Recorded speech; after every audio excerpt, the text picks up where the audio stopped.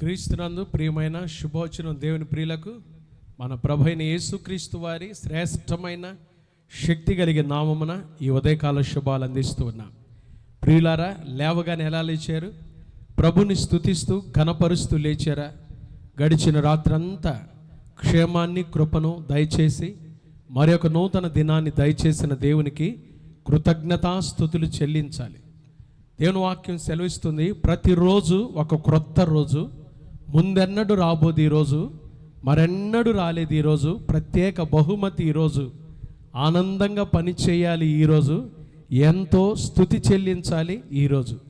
రేపటి గురించి చింతించకండి, రేపేమి జరుగుతుందో మనకు తెలియదు. ప్రభు ఈరోజు ఇచ్చినందుకు దేవునికి కృతజ్ఞతాస్తుతులు చెల్లించండి. ఈరోజు ప్రభు మీ జీవితంలో బలమైన కార్యాలు చేయునుగాక, శక్తివంతమైన కార్యాలు చేయునుగాక. యేసయ్య మిమ్మల్ని నిండారుగా దీవించునుగాక. ఈ శుభవచనం మీరు చుట్టమే కాదండి, చాలామందికి తెలియపరచండి, షేర్ చేయండి. మీకు తెలిసిన బంధువులు, రక్త సంబంధికులు, స్నేహితులు, శ్రేయోభిలాషులకు, దైవ సేవకులకు ఈ శుభవచనం ఈ క్రైస్ట్ బ్లెస్సింగ్ చర్చ్ పరిచర్యల ద్వారా అనేకులకు ఆశీర్వాదకరంగా ఉండేటట్టుగా షేర్ చేయండి. మీరు లైక్ చేసి షేర్ చేసి ఇంకా మీరు పాస్టర్ ఫిలిప్ విఎన్కే యూట్యూబ్ ఛానల్ని సబ్స్క్రైబ్ చేసుకోకపోతే ఇప్పుడే గంట నొక్కి సబ్స్క్రైబ్ చేసుకొని మిగతా వారికి కూడా ఈ కార్యక్రమాన్ని షేర్ చేయండి. ప్రతిరోజు ఉదయకాలం వచ్చే ఈ వాక్యం ద్వారా ఒక 10 నిమిషాల నిడివి కలిగిన ఈ వాక్యం ద్వారా ప్రభు అయిన యేసయ్య మిమ్మల్ని, మీ పిల్లల్ని, కుటుంబాలను ఆశీర్వదించునుగాక. ఆమేన్. ఈరోజు శుభవచనం కొరకు రోమీలకు రాసిన పత్రిక, అపోస్తలుడైన పౌలు రోమీలకు రాసిన పత్రిక 8వ అధ్యాయము 28వ వచనాన్ని చదువుకుందాం.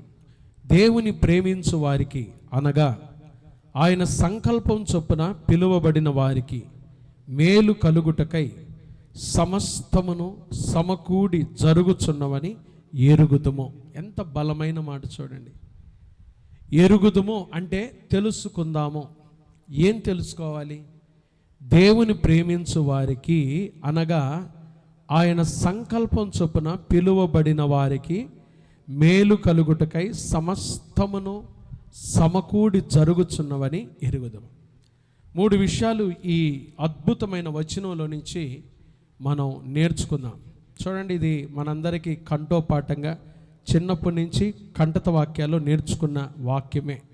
దేవుని ప్రేమించువారు, ఒకటి దేవుని ప్రేమించువారు, రెండవది ఆయన సంకల్పం చొప్పున పిలువబడిన వారు, మూడవది ఆయన సంకల్పం చొప్పున పిలువబడిన వారికి మేలు కలుగుటకై సమస్తము సమకూడి జరుగుచున్నవని తెలుసుకుందాం. ఒకటి, దేవుని ప్రేమించాలి. యేసయ్య మనల్ని ప్రేమించాడు కదండి. దేవుడు లోకమును ఎంతో ప్రేమించెను, కాగా ఆయన తన అద్వితీయ కుమారునిగా పుట్టిన వాని యందు విశ్వాసముంచు ప్రతివాడును నశింపక నిత్య జీవం పొందినట్లు ఆయనను, అనగా యేసుక్రీస్తు ప్రభువారిని మనకు అనుగ్రహించెను. 2026 సంవత్సరాల క్రితం మన ప్రభువైన యేసుక్రీస్తు వారు మన కొరకు ఈ లోకానికి వచ్చి మన పాప నిమిత్తమై సిలువలో మరణించి సమాధి చేయబడి మరణాన్ని జయించి తిరిగి లేచి మన కొరకై తిరిగి రానై ఉన్నాడు. ఆయన మనల్ని ఎంతో ప్రేమించాడు. యేసయ్య మనల్ని ఎంతో ప్రేమించాడు. ఈ ఉదయకాలం శుభవచనం ఏంటంటే, లోకంలో నిన్నెవరు ప్రేమించినా ప్రేమించకపోయినా యేసుక్రీస్తు ప్రభువారు జగత్ పునాది వేయబడక మునిపే నిన్ను ప్రేమించి తల్లి గర్భంలో నువ్వు పిండముగా రూపించబడక మునిపే నిన్ను ఏర్పరచుకున్నాడు. ఆయన తన అరచేతిలో నిన్ను చెక్కుకున్నాడు. లోకపు తల్లిదండ్రులైనా మరిచిపోతారేమో కానీ యేసయ్య మరిచిపోయేవాడు కాదు. ఇటీవల నిన్నో మొన్నో పేపర్లో చదివానండి, ఒక తండ్రి పిల్లవాడికి మందు కోసం డబ్బులు అడిగాడంట. ఆ పిల్లవాడు డబ్బులు ఇకపోయేసరికి తండ్రి కొడుకును క్రికెట్ బ్యాట్తో నిద్రపోతుంటే తల పగలగొట్టి చంపాడంటండి. తల పగలగొట్టి చంపాడంట. ఆ పిల్లోడు చచ్చిపోతే, ఆ పిల్లోడు చనిపోయాడన్న వార్త తెలుసుకొని ఈ కసాయి తండ్రి కూడా ఫ్యాన్కి ఉరేసుకొని చనిపోయాడంట. మనుషుల ప్రేమ, తల్లిదండ్రుల ప్రేమ కూడా అలా దిగజారిపోయింది. ఈ దినాల్లో తాత్కాలికమైపోయింది. ఏదన్నా అవసరం ఉంటే, స్వార్థం ఉంటేనే ప్రేమించే దినాలు ఇటువంటి దినాలు. మనుషుల ప్రేమలు అలా ఉన్నా యేసయ్య నిన్నుగా ప్రేమిస్తున్నాడు. యేసయ్యకు నువ్వు అంటే ఎంత ఇష్టమో ఆయన ప్రేమించాడు కాబట్టే నీ కొరకు కల్వరి శిలువలో మరణించాడండి. దేవుడు మన ఎడల తన ప్రేమను వెల్లడిపరుచుచున్నాడు. ఎట్లనగా మనం ఇంకను పాపులమై ఉండగానే యేసుక్రీస్తు ప్రభువారు మన కొరకై సిలువలో మరణించి సమాధి చేయబడి మరణాన్ని జయించి తిరిగి లేచి మన కొరకై రానై ఉన్నాడు. యేసయ్య ఈరోజు నిన్ను ప్రేమిస్తున్నాడు, ఎప్పుడూ ప్రేమిస్తాడు. ఆయన ప్రేమ మారదు, నిన్న నేడు నిరంతరము యుగయుగములకు ఆయన ప్రేమ ఒక్కటే రీతిగా ఉన్నది. ఆయన నిన్ను ప్రేమిస్తూనే ఉన్నాడు. ఆయన ప్రేమిస్తున్నాడు, మంచిదే. నువ్వు ఆయన ప్రేమిస్తున్నావా? నువ్వు ఆయన తెలుసుకున్నావా? తెలుసుకో. ఇదే మిక్కిలి అనుకూల సమయం, ఇదే రక్షణ దినం. నువ్వు దేవుని ప్రేమిస్తే, ప్రేమించటం అంటే ఆయన నీ కొరకు చేసిన రక్షణ కార్యాన్ని గుర్తించటమే. యేసు ప్రభువారు నా కొరకు ఈ లోకానికి వచ్చాడు, నా పాపం కొరకై సిలువలో మరణించాడు, సమాధి చేయబడ్డాడు, మరణాన్ని జయించి తిరిగి లేచాడు, మరలా రానై ఉన్నాడని ఆ ప్రేమకు ప్రతిస్పందనగా రక్షించబడితే నువ్వు ఆయన ప్రేమించినట్టే. దేవుని ప్రేమించేవారు ఆయన ఆజ్ఞలను గైకొంటారు. ఆయన ఆజ్ఞ ఏంటంటే నమ్మి బాప్తీసం పొందినవాడు రక్షించబడతాడు, నమ్మని వానికి శిక్ష ఉంది. యేసు ప్రభు నమ్మిన వారు ఆలస్యం చేయకుండా బాప్తీసంలో సాక్ష్యం ఇవ్వాలి. ఒకవేళ ఇంకా ఎవరైనా బాప్తీసం తీసుకోకపోతే ఈ నెల జూలై 25వ తారీఖున క్రైస్ట్ బ్లెస్సింగ్ చర్చిలో బాప్తిస్మ కార్యక్రమాలు ఉన్నాయి. సిద్ధపడి ముందుకొచ్చి దేవుని ఘనపరచవలసిందిగా మనం చేస్తున్నాం. దేవుని ప్రేమించడం అంటే ఆయన ఆజ్ఞలను గైకొని యేసుక్రీస్తు ప్రభుని మీ హృదయంలో చేర్చుకోవటమే. మొదట మీరు దేవుని ప్రేమించి ఆయన సంకల్పం చొప్పున పిలువబడిన వారైతే, ప్రభు మనందరినీ పిలుస్తున్నాడు. లోకంలో ఉన్న ప్రతి ఒక్కరిని యేసయ్య పిలుస్తున్నాడు. నువ్వు ఎవరైనా సరే, నీ క్యాస్ట్ ఏదైనా, నీ కులం ఏదైనా, నీ జాతి ఏదైనా, నువ్వు ఏ డినామినేషన్, నువ్వు ఏ వర్గానికి చెందిన వాడువైనా, పేదోడువైనా ధనికుడువైనా ఎటువంటి వాడువైనా యేసు ప్రభుకి నువ్వు కావాలంతే. యేసుక్రీస్తు అందరికీ ప్రభు, ఏ భేదము లేదు. అందరూ పాపం చేశారు. మనందరి కొరకై యేసు ప్రభువారు ఈ లోకానికి వచ్చాడు.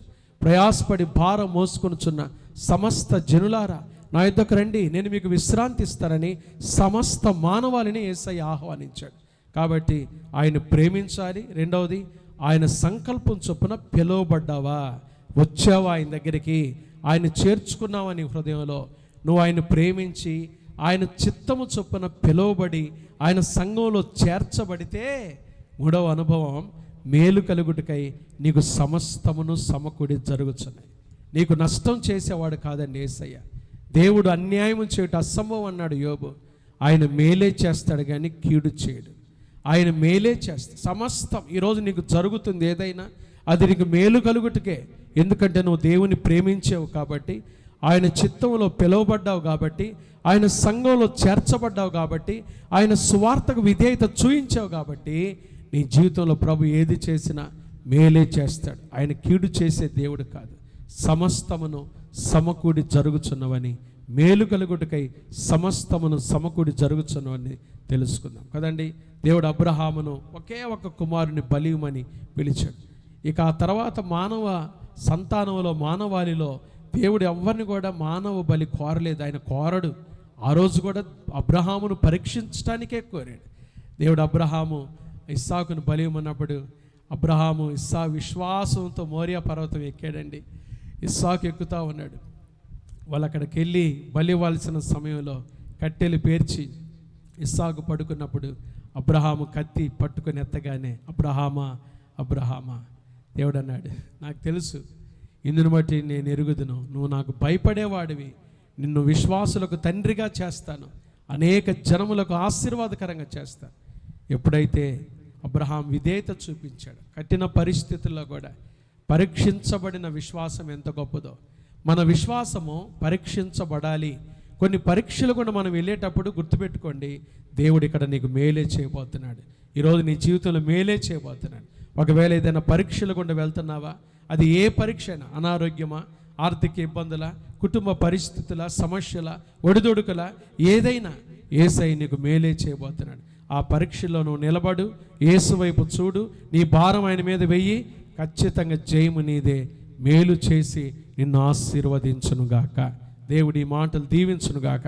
ఈరోజు మీకు, మీ పిల్లలకు, మీ కుటుంబాలకు మేలు కలుగునుగాక. యేసయ్య మీకు కృప కలుగునుగాక. మేలుతో మీ హృదయాలు తృప్తిపరచునుగాక. మీరు ఆనందించి గంతులు వేయుదురుగాక. మేలు చేత ప్రభు మీ హృదయాలను తృప్తిపరచునుగాక. ఆమేన్. ప్రార్థన చేసుకుందామండి. మహాపరిశుద్ధుడైన మా తండ్రి, దయగలిగిన మా దేవ, ప్రేమా స్వరూపి, మీకు స్తోత్రాలు.